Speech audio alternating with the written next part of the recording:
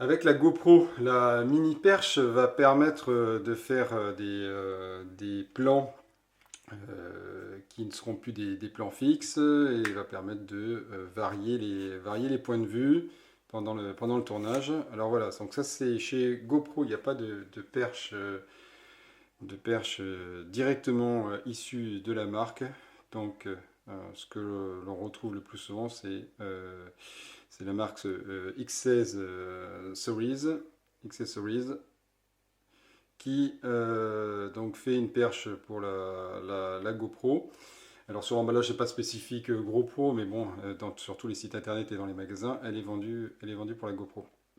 Alors voilà, c'est une petite perche qui se compose d'une dragonne qui est démontable, d'une mousse d'une mousse pour bien attraper la perche, et ensuite d'un système de perche télescopique avec ici une tête qui est réglable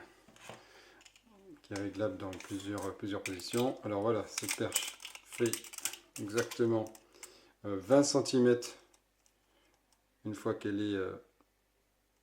elle est pliée. Et pour la déplier, donc on tourne même pas d'un quart, on tourne un petit peu sur la droite et on la déplie comme ça. Voilà, donc une section, deux sections, trois sections, quatre sections. Alors là, ce qu'on voit, c'est que ça bouge beaucoup, donc c'est pas question de filmer comme ça. Alors après, pour la fermer, il faut retourner la perche dans l'autre sens. Et voilà, là ça bouge plus. Et une fois qu'elle est dépliée, on arrive à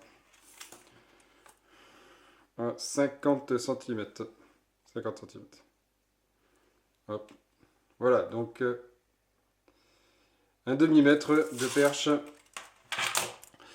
Donc, ce qu'il faut savoir, c'est que la perche n'est pas utilisable telle que, parce que si on prend la GoPro, on dévisse sa patte de fixation. Voilà, c'est une patte de fixation GoPro, c'est pas standard appareil photo. Et si on veut mettre la perche dessus, bien entendu, ça n'ira pas. Alors, finalement, avec une caméra GoPro, on n'arrête jamais d'acheter des accessoires. Voici l'accessoire qu'il faut. Donc ça s'appelle un tripod mount. Et ça va permettre d'adapter la GoPro sur des trépieds d'appareil photo et sur cette perche. Donc juste trouver comment on ouvre le sachet. Bon. Il y a le système D. Hein. C'est direct.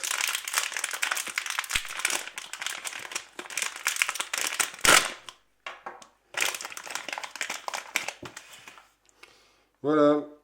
Donc le fameux tripod mount, ça coûte une quinzaine d'euros suivant les magasins.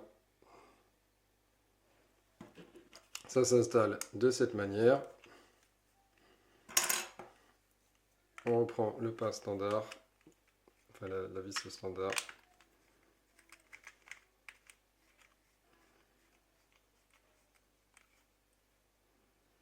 Et c'est fixé.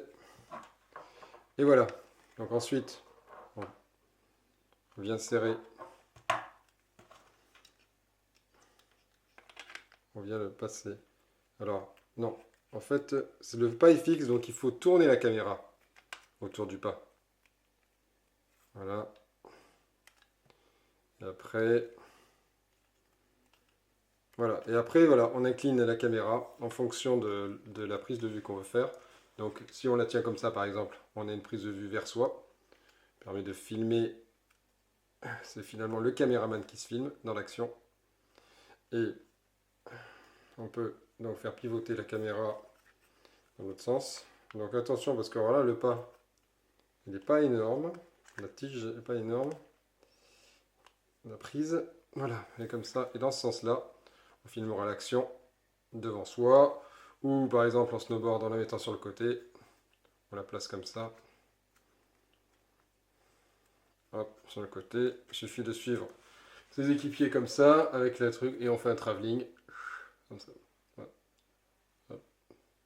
Bon, bah le mieux encore, de toute façon, c'est de voir ce que ça donne sur le terrain. Voici le test sur le terrain. Alors j'ai fait un seul tournage, j'ai remis les images telles que, ça va permettre de commenter les erreurs. Là, donc on voit que la perche fixe, ça donne pas trop mal finalement. Et ce qu'il faut éviter, hein, comme dans tous les plans sur une GoPro, c'est de bouger. Là, ça bouge beaucoup trop. Là, c'est encore pire. Alors, à la fois la planche bouge, mais à la fois la perche va de droite à gauche et c'est vraiment pas agréable. Là, on a un plan qui est beaucoup plus stable et fluide. Perche vers le haut, caméra inclinée vers le bas. C'est pas mal parce qu'on se rend même pas compte que la perche est dans l'écran.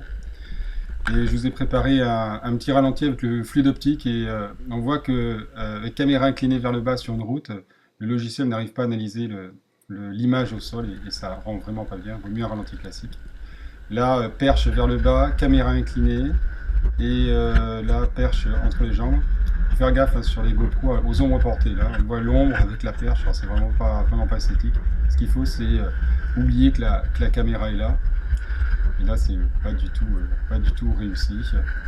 Voilà, ça c'est un ralenti classique où il n'y a pas le flux d'optique, mais à choisir entre les deux, suivant les conditions, il vaut mieux garder ce type de ralenti.